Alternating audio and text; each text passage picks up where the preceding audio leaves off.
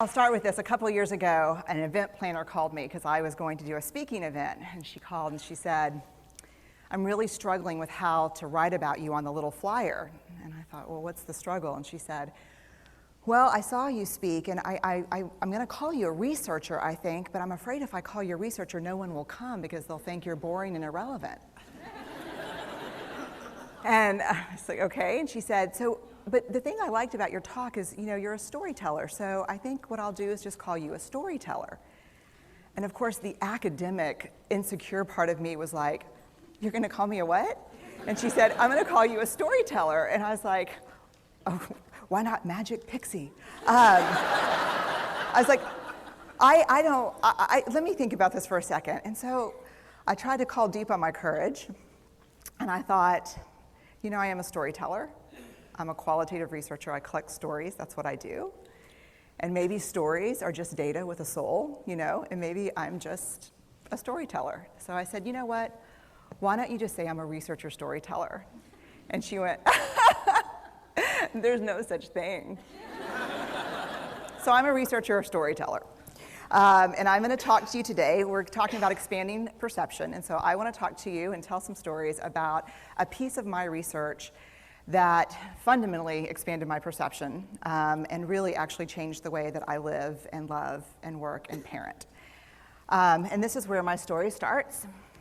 When I was a young researcher, doctoral student, my first year I had a research professor who said to us, here's the thing, if you cannot measure it, it does not exist. And I thought he was just sweet talking me. I was like, really? And he's like, absolutely. So you have to understand that I have a bachelor's in social work, a master's in social work, and I was getting my PhD in social work. So my entire academic career was surrounded by people who kind of believed in the life's messy, love it, and I'm more the life's messy, clean it up, organize it, and put it into a bento box. And so to think that I had found my way, to found a career that takes me, really one of the big sayings in social work is lean into the discomfort of the work. And I'm like, knock discomfort upside the head and move it over and get all A's. That was my mantra. So I was very excited about this. And so I thought, you know what? This is the career for me because I am interested in some messy topics, but I want to be able to make them not messy. I want to understand them. I want to hack into these things that I know are important and lay the code out for everyone to see. So where I started was with connection, because by the time you're a social worker for 10 years, what you realize is that connection is why we're here. It's what gives purpose and meaning to our lives. This is what it's all about. It doesn't matter whether you talk to people who work in social justice and mental health and abuse and neglect. What we know is that connection, the ability to feel connected, is neurobiologically, that's how we're wired, it's why we're here. So I thought, you know what, I'm going to start with connection. Well, that situation where you get an evaluation from your boss, and she tells you 37 things that you do really awesome and one thing that you can't, an opportunity for growth. And all you can think about is that opportunity for growth, right? Well, apparently this is the way my work went as well, because when you ask people about love, they tell you about heartbreak. When you ask people about belonging, they'll tell you their most excruciating experiences of being excluded. And when you ask people about connection, the stories they told me were about disconnection. So very quickly, really about 6 weeks into this research, I ran into this unnamed thing that absolutely unraveled connection in a way that I didn't understand or had never seen. And so I pulled back out of the research and thought, I need to figure out what this is. And it turned out to be shame. And shame is really easily understood as the fear of disconnection. Is there something about me that if other people know it or see it, that I won't be worthy of connection? The things I can tell you about it, it's universal. We all have it. The only people who don't experience shame have no capacity for human empathy or connection. No one wants to talk about it, and the less you talk about it, the more you have it. What underpinned this shame, this I'm not good enough, which we all know that feeling. I'm not blank enough. I'm not thin enough, rich enough, beautiful enough, smart enough, promoted enough. The thing that underpinned this was excruciating vulnerability. This idea of, in order for connection to happen, we have to allow ourselves to be seen, really seen. And you know how I feel about vulnerability. I hate vulnerability. And so I thought, this is my chance to beat it back with my measuring stick. I'm going in, I'm gonna figure this stuff out, I'm gonna spend a year, I'm gonna totally deconstruct shame, I'm gonna understand how vulnerability works, and I'm gonna outsmart it. So I was ready, and I was really excited. As you know, it's not gonna turn out well. You know this. So I could tell you a lot about shame, but I'd have to borrow everyone else's time. But here's what I can tell you that it boils down to. And this may be one of the most important things that I've ever learned in the decade of doing this research. My 1 year has turned into 6 years, thousands of stories, hundreds of long interviews, focus groups. At one point, people were sending me journal pages and sending me their stories, thousands of pieces of data. And 6 years, and I kind of got a handle on it. I kind of understood this is what shame is, this is how it works. I wrote a book, I published a theory, but something was not okay. And what it was is that if I roughly took the people I interviewed and divided them into people who really have a sense of worthiness, that's what this comes down to, a sense of worthiness. They have a strong sense of love and belonging. And folks who struggle for it, and folks who are always wondering if they're good enough. There was only one variable that separated the people who have a strong sense of love and belonging and the people who really struggle for it, and that was the people who have a strong sense of love and belonging believe they're worthy of love and belonging.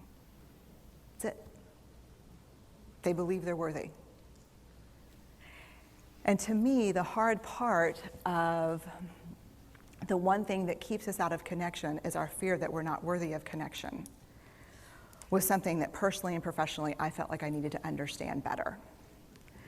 So what I did is I took all of the interviews where I saw worthiness, where I saw people living that way, and just looked at those. What do these people have in common? And I have a slight office supply addiction, but that's another talk.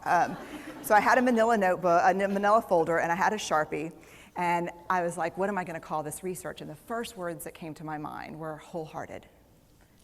These are kind of wholehearted people living from this deep sense of worthiness. So I wrote at the top of the manila folder, and I started looking at the data. In fact, I did it first in this in a 4-day, very intensive data analysis where I went back, pulled these interviews, pulled the stories, pulled the incidents. What's the theme? What's the pattern? My husband left town with the kids because I always go into this kind of Jackson Pollock crazy thing where I'm just like writing and going and kind of just in my researcher mode. And so here's what I found. What they had in common was a sense of courage. And I want to separate courage and bravery for you for a minute. Courage, the original definition of courage, when it first came into the English language, it's from the Latin word cur, meaning heart. And the original definition was to tell the story of who you are with your whole heart. And so these folks had, very simply, the courage to be imperfect. They had the compassion to be kind to themselves first and then to others, because as it turns out, we can't practice compassion with other people if we can't treat ourselves kindly. And the last was they had connection, and this was the hard part, as a result of authenticity. They were willing to let go of who they thought they should be in order to be who they were, which is, you have to absolutely do that for connection. The other thing that they had in common was this. They fully embraced vulnerability. They believed that what made them vulnerable made them beautiful. They didn't talk about vulnerability being comfortable nor did they really talk about it being excruciating, as I had heard earlier in the shame interviewing. They just talked about it being necessary. They talked about the willingness to say, I love you first.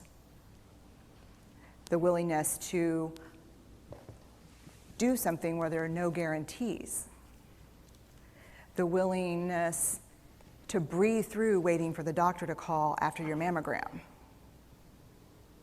The willing to invest in a relationship that may or may not work out. They thought this was fundamental. I personally thought it was betrayal. I could not believe I had pledged allegiance to research, where our job, the definition of research is to control and predict, to study phenomenon for the explicit reason to control and predict. And now my mission to control and predict had turned up the answer that the way to live is with vulnerability and to stop controlling and predicting. This led to a little breakdown, which actually looked more like this. And it did. It led to I call it a breakdown, my therapist calls it a spiritual awakening. Spiritual awakening sounds better than breakdown, but I assure you it was a breakdown. And I had to put my data away and go find a therapist. Let me tell you something. You know who you are when you call your friends and say, I think I need to see somebody. Do you have any recommendations? Because about 5 of my friends are like, woo, I wouldn't want to be your therapist. And I was like, what does that mean? And they're like, oh, I'm just saying, don't bring your measuring stick. I was like, okay. So I found a therapist. My first meeting with her, Diana, I brought in my list of the way the wholehearted live. And I sat down, and she said, how are you? And I said, I'm great, I'm okay. And she said, what's going on? And I said, and this is a therapist who sees therapists, because we have to go to those because their BS meters are good. And so I said, here's the thing, I'm struggling. And she said, what's the struggle? And I said, well, I have a vulnerability issue, and I know that vulnerability is kind of the core of shame and fear and our struggle for worthiness, but it appears that it's also the birthplace of joy, of creativity, of belonging, of love, and I think I have a problem, and I need some help. And I said, but here's the thing, no family stuff, no childhood shit, I just need some strategies.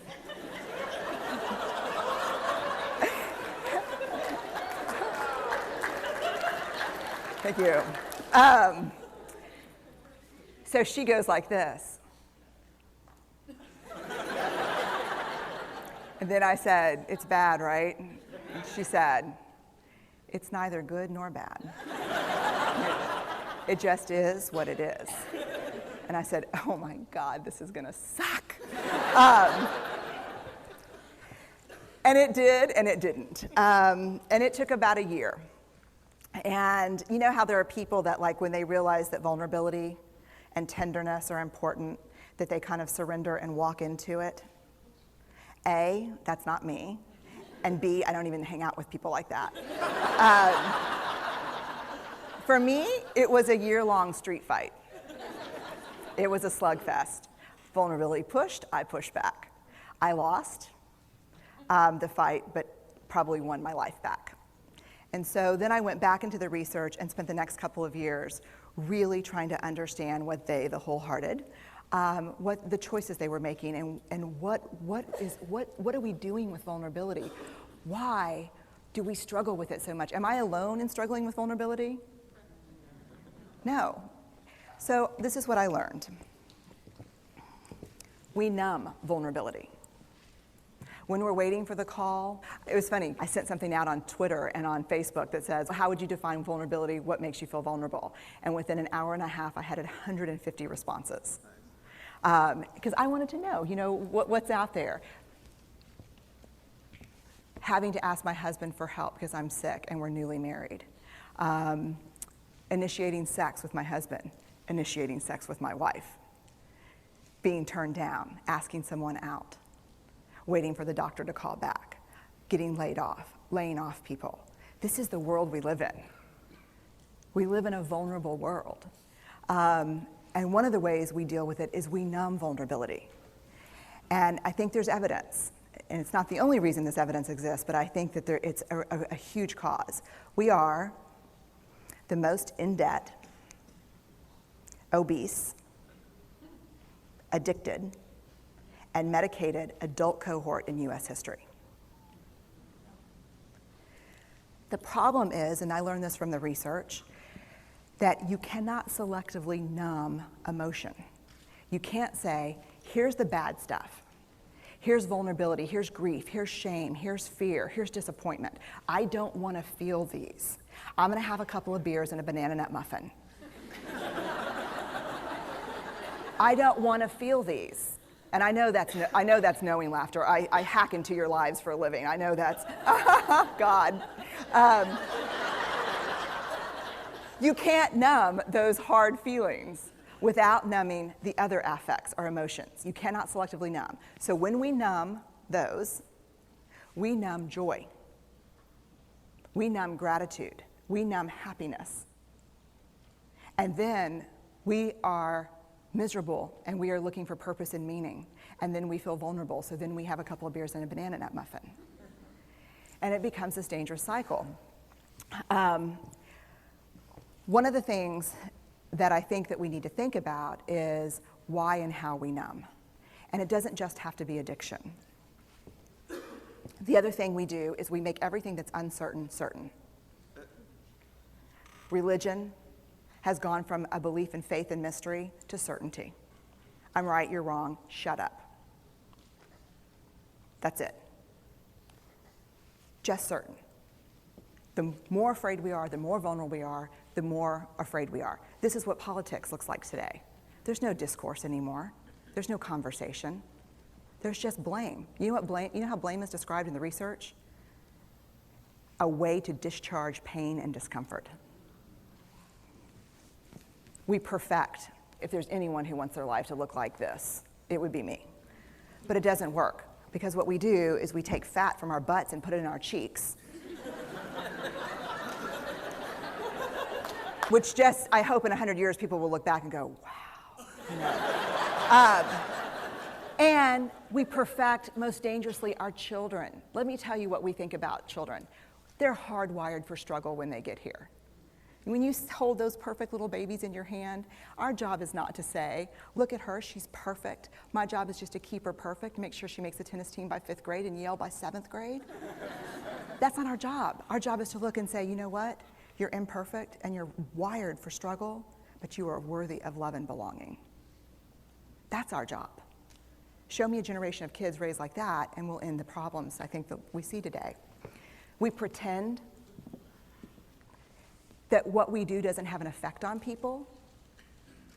We do that in our personal lives. We do that corporate, whether it's a bailout, an oil spill, a recall. We pretend like what we're doing doesn't have a huge impact on other people. I would say to companies, this is not our first rodeo, people.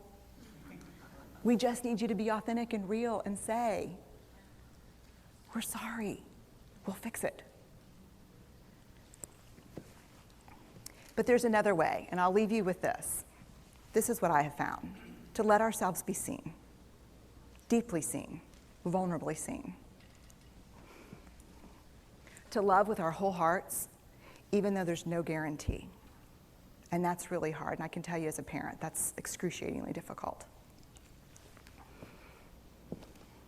To practice gratitude and joy in those moments of kind of terror when we're wondering, can I love you this much? Can I believe in this passionately? Can I be this fierce about this?